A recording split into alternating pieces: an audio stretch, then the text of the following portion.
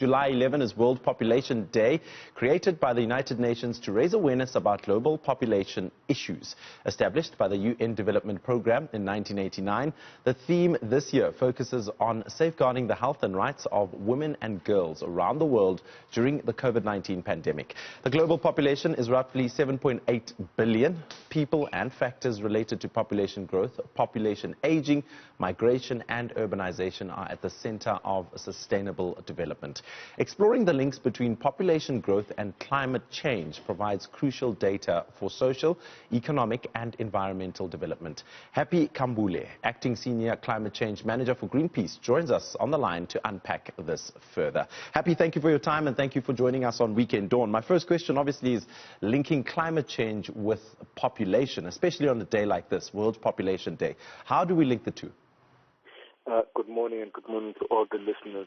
Well, the manner in which we could link the two is to just understand that one of the reasons why we have climate change is as a result of us wanting to do more for the population, the global population of the world, in order to eradicate poverty, to make sure that there is a version of growth and development in many communities and in many countries, and largely also, of course, to eradicate things like poverty and malnutrition, and making sure that people are able to move from one place to the next. So the mere fact that there's more people and more things that need to be done using fossil fuels, we get this thing called climate change. So it's quite a big determinant in terms of where we are heading. It's not the only one, but it's quite a big one. So how do we then handle the climate change issue as a growing population? Is it somewhere where we need to educate youngsters out there on how to look after the environment better? Yeah, I mean, one way of doing it is to look at the incoming decision makers or the future decision makers to make sure that they understand, or we understand, how the world really works. The fact that as we're having a growing population, let's say in South Africa, there are certain things that need to be given to each and every person as a basic human right. One of them is shelter, for example, and it takes a few things to build a adequate shelter.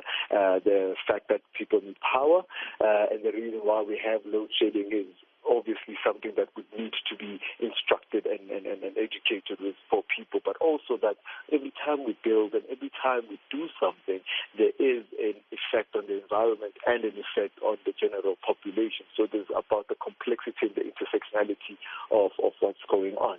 So how we deal with it really is that it's not really a question of whether or not there's enough resources, it's how we use our resources. So some form of efficiency needs to start coming into the way we think about business, the way we think about building and education. Now, what happens during a pandemic like the one that we're currently experiencing, COVID-19 or coronavirus? It's literally affected the entire world. How do we bring in things like climate change and managing the population during this time?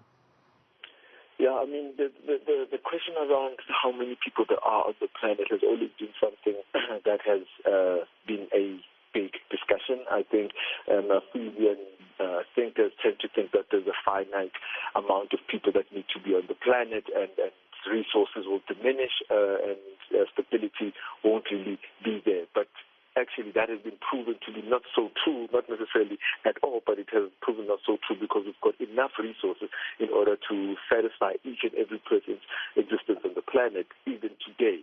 The issue here is really about resource use. So in a situation like COVID-19, where we have to section off certain sectors of the economy or certain sectors of our society in order to make sure that people don't riot and people don't actually start to rise up against the lack of food or the lack of power or the continued lack of certain services and goods.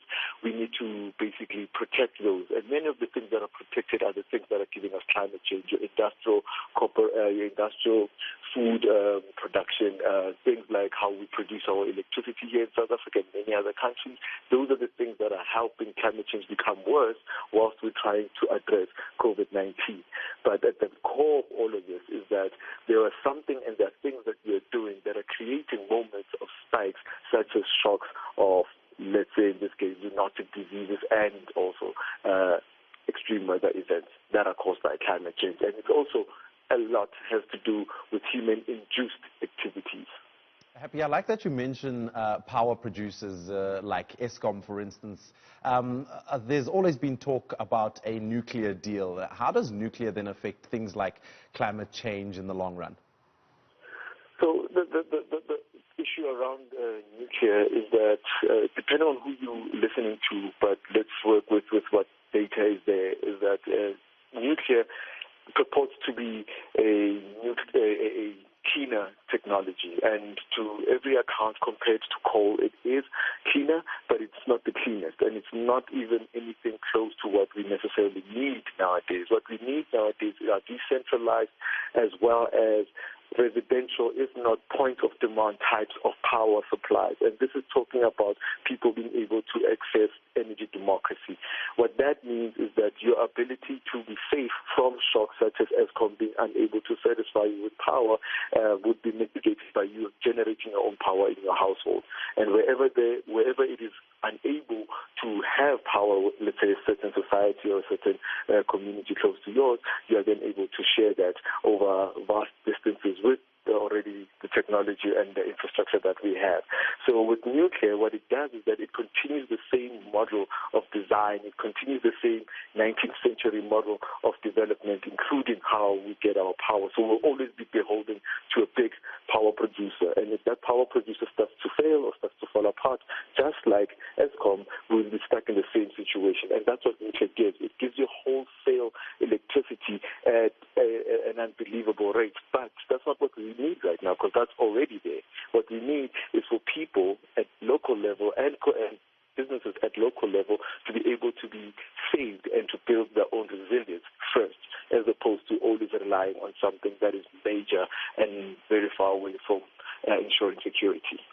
What can we expect the numbers to be like? I mean, I saw an article about by the year 2050, the world population will be over something like 9 billion people. That would obviously mean more carbon dioxide getting pumped into the atmosphere. How will people be living by the year 2050 if things don't change right now? Oh, yeah, that's a really good question, because what we are finding, obviously, is that the more shocks we understand around climate events, or rather extreme weather events, we tend to hear of just another shock in the biodiversity or another shock in water quality or security. So we are understanding that if things don't change, we're going to get more shocks. That means more stresses on society, which means more situations where we are either in a lockdown or in a version of a martial law existence, or even emergency or national emergency type of situation, which is not normal. That's the stress all around. But there are great plans, as well as there are great thinking around what should be done. Like a decarbonized society can help us go a long way, but it's not the only thing. A lot of it has to do with how we're using what we've got. And we can see from resource efficiency approaches that we can satisfy many of the things that we already need and many of the desires that we want to have fulfilled with just using things much better, as opposed to getting more and more. And that's where the link is with climate change, is that the problem with climate change and the carbon economy is that more needs to be produced for the sake of more, and not necessarily to identify and deal with particular needs and wants. Happy, my final question, obviously bringing it back to World Population Day. Why was it important for you, in your opinion? Why do you think it was important to focus on women and girls, and especially their rights? Most important right now is that through the lockdowns and through and in some cases censorship of information around COVID-19 around the world, is that many people who either identify as women or are women, even young girls, are not necessarily able to access the necessary products. They're not able to exercise justice as a result, because things are changing and things are being held back. And this is one of the moments where we can really look at the impact that society has on the upbringing as well as on the status of women, particularly as well around the issues of gender-based violence, because there are things that are going on in our homes and in our society that don't necessarily have to be there anymore and don't need to exist at all. But this is one of those moments where we look at the global population and say, how far have women been brought same level of access as well as enjoyment of the benefits of the world as men have. And right now, we do know for a fact that it's far lower than it's supposed to. With 7.8 billion people, and almost half of those being women, and we are nowhere close to reaching equality. This is one of those moments where we can just take stock and make sure that we're making strides in addressing those barriers and loopholes. Happy Khambule, thank you for your time. That was Happy Khambule, Acting Senior Climate Change Manager for Greenpeace, chatting about the World Population Day and the impact of this phenomenon on the environment and, of course, sustainability and how things will look like in the near future.